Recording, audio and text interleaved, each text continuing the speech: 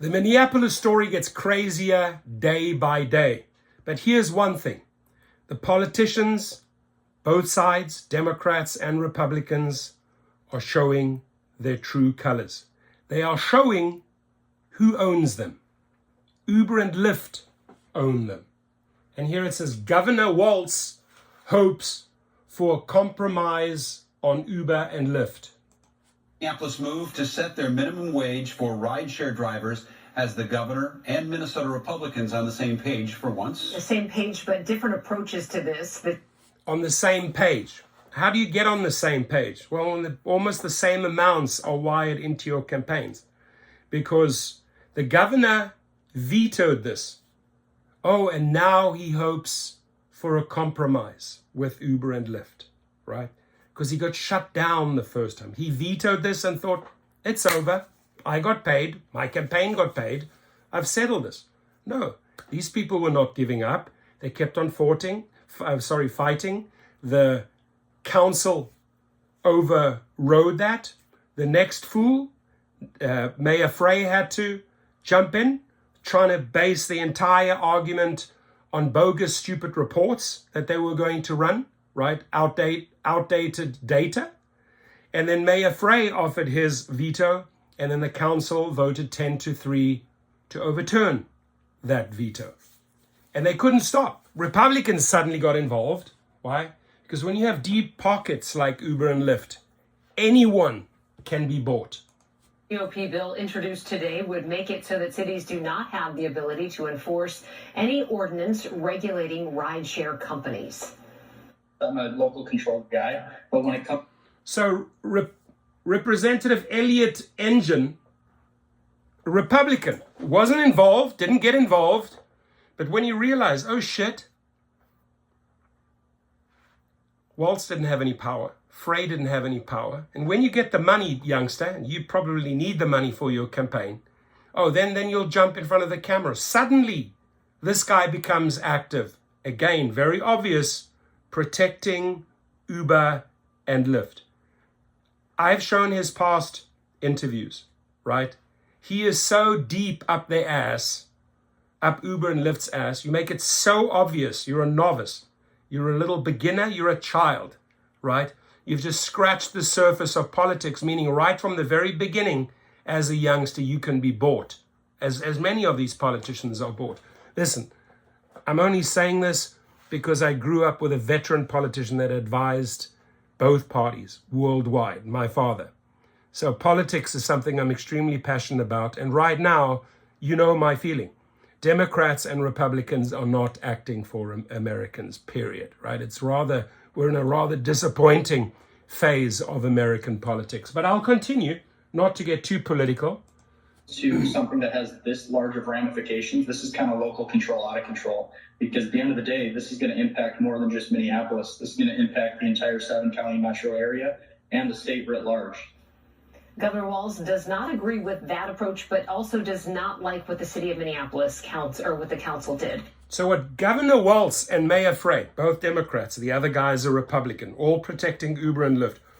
What they failed to say here is that these people were fighting for the minimum wage. This is state law, right? Minimum wage. Uber and Lyft, who go out boasting, oh, our drivers make 32 to 35 an hour. I can show you tons and tons of evidence to back that up, right? That's official. That's out there in the media. And, but we cannot pay the $15 minimum. And you had the audacity, the cheek, the gall to protect the companies and not allow the minimum, right? All the talk here is, poor riders, the poor companies, they're going to leave. The riders are going to be deserted. What you didn't take into consideration, why did this start? Because the drivers were receiving below minimum wage. Uber and Lyft had squeezed them to the bottom. Politicians on both sides of the aisle were not paying attention, and then the hurricane hit their capital, and the drivers rose up, and they shamed these fools like Walz, Frey, and Engine, right? Got to put logic into the story here. Why are these politicians coming out daily, including Governor Walz re-injecting himself, right? Because they failed. And they're trying every last minute effort to find a compromise. In the beginning, you did not want to compromise. So I can tell you right now, your true colors have been exposed, Governor Walz. The true colors of that engine guy, the Republican, have been exposed. You were not interested in fighting in the beginning for the drivers. Suddenly, oh my God, suddenly after the Democrats failed, you got involved. And Governor Walz, you failed. You showed your true colors with your veto, right? You got slapped down by the council. Oh, and here you are again, seeking a compromise. The governor said today rideshare companies are like utilities and communities depend on them, so he'd like to work out a compromise. I'll bring all the folks together to get this fixed. Oh, really? Really? Candidly, I'm not super hopeful because of the decision that You shouldn't be hopeful because you fucked up. At least a couple smaller rideshare companies say they'll be offering rides in Minneapolis if Uber and Lyft do pull out. The governor says that he would not rely on that as a long-term solution. And if Uber and Lyft do leave Minneapolis and the possibility the state altogether, there's a group of people concerned about how they'll get around. Yeah, some people with disabilities say that rideshare is their best option to get from point A to point B. Fox 9's Rob Olson live for us now. And so, Rob, they say the alternatives really are not ideal. Yeah, and this is part of the additional pressure, as we've heard here, against Uber and Lyft and the Minneapolis City Council to really come together and work out a solution to keep the rideshare services from leaving. The National Federation of the Blind Minnesota chapter this weekend passing a resolution asking they do just that because they're very concerned what might happen come May 1. I use them every day. Some people use them a couple times a week. It just kind of depends. If Uber and Lyft make good on threats to shut down come May 1st. I use them a lot for things that people would use, like your car. Briley O'Connor, who has limited vision, is very worried it could severely impact her everyday life. Pretty much every day. She does have a bus stop nearby that says public transit isn't efficient for a lot of things. And Metro Mobility, which some city council members have said can take up the slack, she says requires advanced bookings and often very long waits. But it's not the same. It's not equivalent to an on-demand transportation option. Briley is vice president of the Metro chapter of the National Federation of the Blind Minnesota, who've passed this resolution now asking the Minneapolis City Council and Uber and Lyft and others to come up with a solution to keep those services here. We're hoping to get everybody back to the table, and as an impact. It's very simple, lady. Look, we're not denying you the service. We're not denying you the service, right? You have your disabilities, you're blind, you deserve the service. You deserve it. But guess what? Drivers deserve minimum pay. So you need to really understand why this is all happening, right? But she uses the right language. We need to come up with a solution, with a compromise, right? And the compromise, very clearly shown on the one side, veto by Walz, veto by Frey. Drivers should not get the minimum, and they keep on fighting. Republicans jump in. They keep on fighting, right? Now they want to introduce a new bill and overturn this. So we are here to protect you. We are here to protect your disabilities, but we're also here to protect our minimum pay.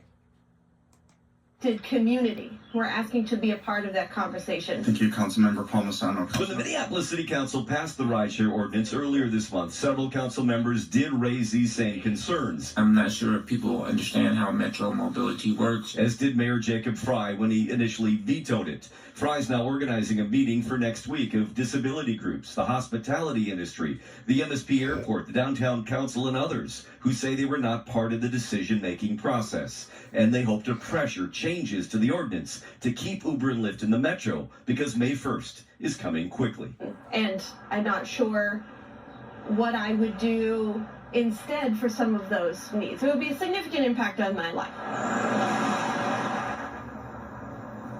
Yeah, and she says that their group, like many others, didn't feel like they were included in any of the conversations about rideshare.